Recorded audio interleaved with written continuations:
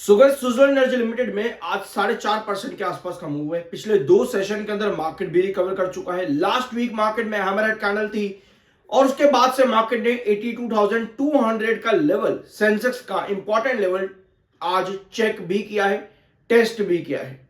अब क्या यहां से और ब्रेकआउट की पॉसिबिलिटी है? सभी ग्लोबल कंडीशन, मार्केट की क्या सिचुएशन है, क्या पॉसिबिलिटीज है आगे जा करके आज के दिन बीएसई लिमिटेड के वीडियो में डिस्कस कर ले, जरूर देख लेना।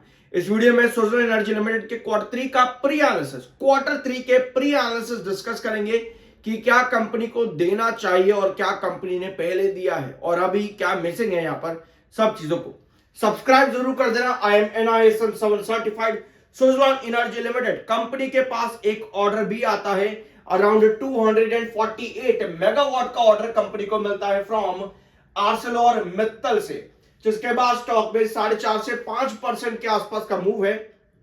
और साथ में कंपनी ने आज के दिन अपने क्वार्टर 3 की डेट भी फाइनली अनाउंस कर दी है। February 5 को कंपनी अपने रिजल्ट्स अनाउंस करेगी, लेकिन रिजल्ट्स कैसे चाहिए? डिमांड भी तो कुछ होनी चाहिए, क्योंकि एक चीज आपको पता है कि सुज़लोन एनर्जी, चाहे वारी एनर्जीज हो, चाहे आपका प्रीमियर एनर्जीज हो, आइनॉक्स विंड या फिर आपका इरेडा, इन सभी कंपनीज पर एक रीजन की वजह से सेक्टर को लेकर के गिरावट देखने को मिली, वो है CERC। इसके रिगार्डिंग अगर आपको कोई जानकारी नहीं है, प्रॉपर वीडियोस अवेलेबल है चैनल पर, जरूर चेकआउट करना, बहुत सी इंफॉर्मेशन आपको मिल जाएगी। और एक चीज आपको और दिख रही होगी, step by step fall. Step by step fall क्या है सुज़लोन एनर्जी लिमिटेड में और ऐसा क्यों देखने को मिला है, इसको भी प्रॉपर तरीके से समझाया है, जरूर चेकआउट कर लेना। ठीक है, ये है स्टॉक का चार्ट और यहां पर आपको नजर आ रहा है ये स्टेप बाय स्टेप फॉल। गिरावट देता है, छोटी सी रिकवरी, फिर गिरावट, फिर छोटी रिकवरी, फिर गिरावट, फिर रिकवरी, गिरावट, फिर से छोटी रिकवरी, गिरावट, फिर रिकवरी, फिर गिरावट, और आज फिर से स्टॉक रिकवरी के साथ क्लोजिंग दे देता है। अब ये रीजन क्या है? यहां पर एक चीज और आपको मालूम होगी कि कंपनी के सीईओ का स्टेटमेंट देखने को मिला था कि भाई हम अपना जो प्रोजेक्शन है ना उसको तेज करेंगे, यानी कि कंपनी का प्रोजेक्ट एग्जीक्यूशन डिले जो होता है उसको कंपनी स्ट्रॉन्ग करेगी। अब ये प्रोजेक्ट एग्जीक्यूशन डिले क्यों होता है और क्यों कंपनी बार बार ESOP लेकर के आती है, मैं फिर बता दूं। इसके रिगार्डिंग भी सेपरेट वीडियो चैनल पर अवेलेबल है, बट कोई बात नहीं, मैं छोटे से ग्लिम्स आपको दे देता हूं। प्रोजेक्ट एग्जीक्यूशन जो है स्लो इसलिए है सुज़लोन एनर्जी लिमिटेड का, ये मैं नहीं कह रहा, ये कंपनी का पूरा, यहां पर आप चाहो तो उस पूरे आर्टिकल को देख सकते हो। ठीक है, ये मैं नहीं कह रहा हूं। ये लो इसलिए है क्योंकि कंपनी के पास प्रोजेक्ट्स का बर्डन है, ओवर बर्डन ऑफ प्रोजेक्ट भी कहीं ना कहीं डिले लेकर के आता है। अब इसी को स्ट्रॉन्ग करने के लिए कंपनी को क्या करना पड़ेगा? नए एग्जीक्यूशंस करने पड़ेंगे। कैसे एग्जीक्यूशंस करने पड़ेंगे?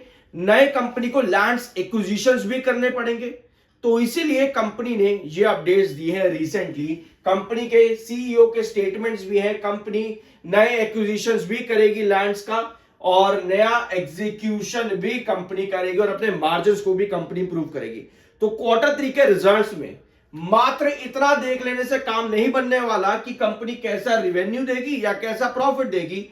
हमको इस स्टेटमेंट के ऊपर फर्दर काम भी चाहिए। अगर कंपनी करती है तो भैया बढ़िया बात है, लेकिन अगर नहीं कंपनी फिर से यही डिले चलता है तो भैया दिक्कतें आएंगी। समझे इस चीज को। फाइनेंशियली फंडामेंटली ऊपर से अच्छा दिखा देना डजंट मीन कि कंपनी बहुत ताबड़तोड़ है। उसके साथ कंपनी को एग्जीक्यूशन भी करना जरूरी है, जो कंपनी खुद कह रही है कि भैया नहीं है। इसकी वजह से कुछ रेजिग्नेशंस भी कंपनी में देखने को मिले, रिजाइन। सारी रिपोर्ट चैनल पर अवेलेबल है, जरूर देखना। तो कंपनी को दिसंबर 2025 के अंदर 84% के ऊपर का ग्रोथ चाहिए और 84% ग्रोथ लाने के लिए कंपनी को कितना रेवेन्यू जनरेट करना पड़ेगा? 290 अगर हम यहां से लें तो लगभग कंपनी को 84% का ग्रोथ देने के लिए जनरेट करना पड़ेगा, अराउंड आप कह सकते हो यहां पे 5600 करोड़ के आसपास। ठीक है, हम इसको मोटा मोटे लेके चल लेते हैं, चलो 5200 करोड़ मार्क कर देते हैं। 5200 करोड़ इतना रिवेन्यू कंपनी को देना है ताकि कंपनी इस वाले ग्रोथ परसेंट के पास कहीं ना कहीं आ सके। 5200 करोड़ कंपनी का रिवेन्यू आना जरूरी है। यस, ये डिमांड बड़ी है, वो इसलिए भी क्योंकि ग्रोथ परसेंटेज सितंबर में कंपनी का काफी हाई था। इस ग्रोथ परसेंटेज पर स्टॉक को रैली देनी चाहिए थी, लेकिन CERC की जो खबरें हैं जिसकी वजह से विंड एनर्जी का स्टोरेज जो उसका है उसमें नए अमेंडमेंट्स लेकर के आएंगे CERC, इस वजह से आपको गिरावट देखने को मिली, डिस्पाइट इसके कि आपका ग्रोथ परसेंटेज 84% पर आ गया था सितंबर 2025 में। तो दिसंबर में आपका ये ग्रोथ 84 को सरपास करना चाहिए। रिवेन्यू की बात ये हो रही है। और प्रॉफिट्स की अगर बात करें तो कंपनी डिफर्ड टैक्स पर आई है, 127% डिफर्ड टैक्स कंपनी का आया। और इसके पहले भी अगर आप देखोगे जून क्वार्टर में भी, सॉरी ये मार्च क्वार्टर आपका है, ठीक है, ये आपका मार्च 2025 का क्वार्टर है, यहां पर भी कंपनी ने माइनस जो है टैक्स परसेंटेज दिया था, यानी कि डिफर्ड टैक्स। तो डिफर्ड टैक्स जब भी कंपनी का आया तब तक स्टॉक में गिरावट दिखी है, और सितंबर में भी कंपनी का डिफर्ड टैक्स ही आया था। और प्रॉफिट के अंदर हमें ग्रोथ चाहिए, मात्र नहीं बल्कि बहुत बड़ा है ये, 539% का कंपनी का ग्रोथ था प्रॉफिट के अंदर, ठीक है, 539। तो हमें 539 के ऊपर का ग्रोथ कंपनी का लाना होगा।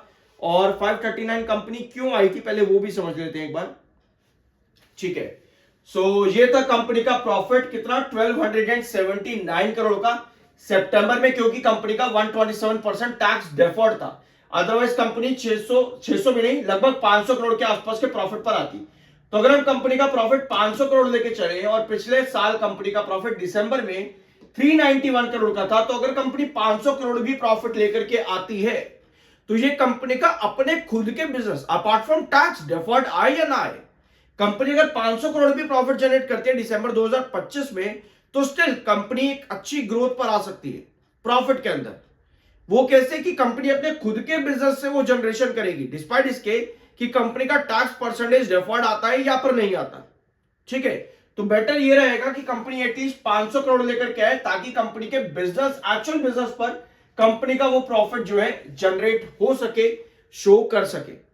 अपार्ट फ्रॉम दिस कितना ग्रोथ था, 539% का ग्रोथ ला पाना बिना डिफर्ड टैक्स के इम्पॉसिबल रहेगा कंपनी के लिए। तो अगर डिफर्ड टैक्स इसी तरह कंपनी देती है तो स्टिल कंपनी फिर तो जनरेट कर ही देगी 500% के ऊपर का ग्रोथ, बट डिफर्ड टैक्स नहीं आता है तो 500% का ग्रोथ कंपनी नहीं दे पाएगी। इसका इंपैक्ट कंपनी के ईपीएस पर पड़ेगा। और जब ईपीएस गिरता है, आपको पता है P B ratio, price to book ratio बढ़ता है, जो कि कंपनी की वैल्यूएशन को अनस्टेबल बताता है। तो भैया इस बार आपकी नजर जो है सिर्फ और सिर्फ क्वार्टरली रिजल्ट पर ऐसे ही नहीं रहेगी कि कंपनी ने कितना रिवेन्यू दे दिया, कितना प्रॉफिट दे दिया। आपको कंपनी की तरफ से स्टेटमेंट भी चाहिए कि भाई हमने अपने प्रोजेक्ट्स के अंदर इतने तेजी दिखाई है।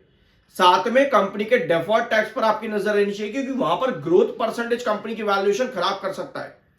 तो कहीं ना कहीं ये टेंशन भी है सीईआरसी सेक्टर के अलावा, कंपनी पर यह टेंशन भी है कि कंपनी का Q3 में क्या पॉसिबिलिटी बन सकती है। तो नोट करना इन चीजों को जरूर। होल्डिंग पैटर्न के अंदर मैंने आपके साथ डिस्कस किया था पहले भी, प्रमोटर के पास 11.73% होल्डिंग है, 23.73 आपके एफआईएस के पास में है, 9.23 डीआईएस पे है, और पब्लिक के पास 55.29% की होल्डिंग है। टेक्निकली स्टॉक बुलिश है, एमएफआई 18.4 का जो कि बुलिश है, 41.4 आपका आरएसआई है। सो ये है स्टॉक के टेक्निकल्स। और अब आते हैं इसके चार्ट पे। सब्सक्राइब जरूर कर देना अगर अभी तक नहीं किया है तो, ठीक है। ये स्टॉक का चार्ट है। मैंने भी आपको वीडियो की शुरुआत में हमने क्या डिस्कस किया कि stock step by step fall दे रहा है। स्टेप बाय स्टेप कैसे, गिरता है, थोड़ी सी रिकवरी, फिर गिरता है, फिर छोटी सी रिकवरी दे देता है, लेकिन वो फॉल कंटिन्यू हो रहा है। अब अगर आप इस चार्ट पर देखोगे, ये पिछले 1.5 से 2 महीने के आसपास का आपका चार्ट है, 2 महीने से ज्यादा का, आपको यहां पर 2 लेवल्स नजर आएंगे। पहला है 45.60, दूसरा है 49.05,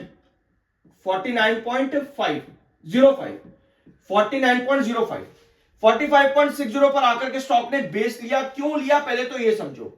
स्टॉक ने एक बार पहले भी इस लेवल पर कंसोलिडेट किया है, इस लेवल पर स्टॉक ने पहले भी एक बार रिजेक्शन लिया है, यहां पर भी रिजेक्शन लिया है, यहां भी रिजेक्शन लिया है।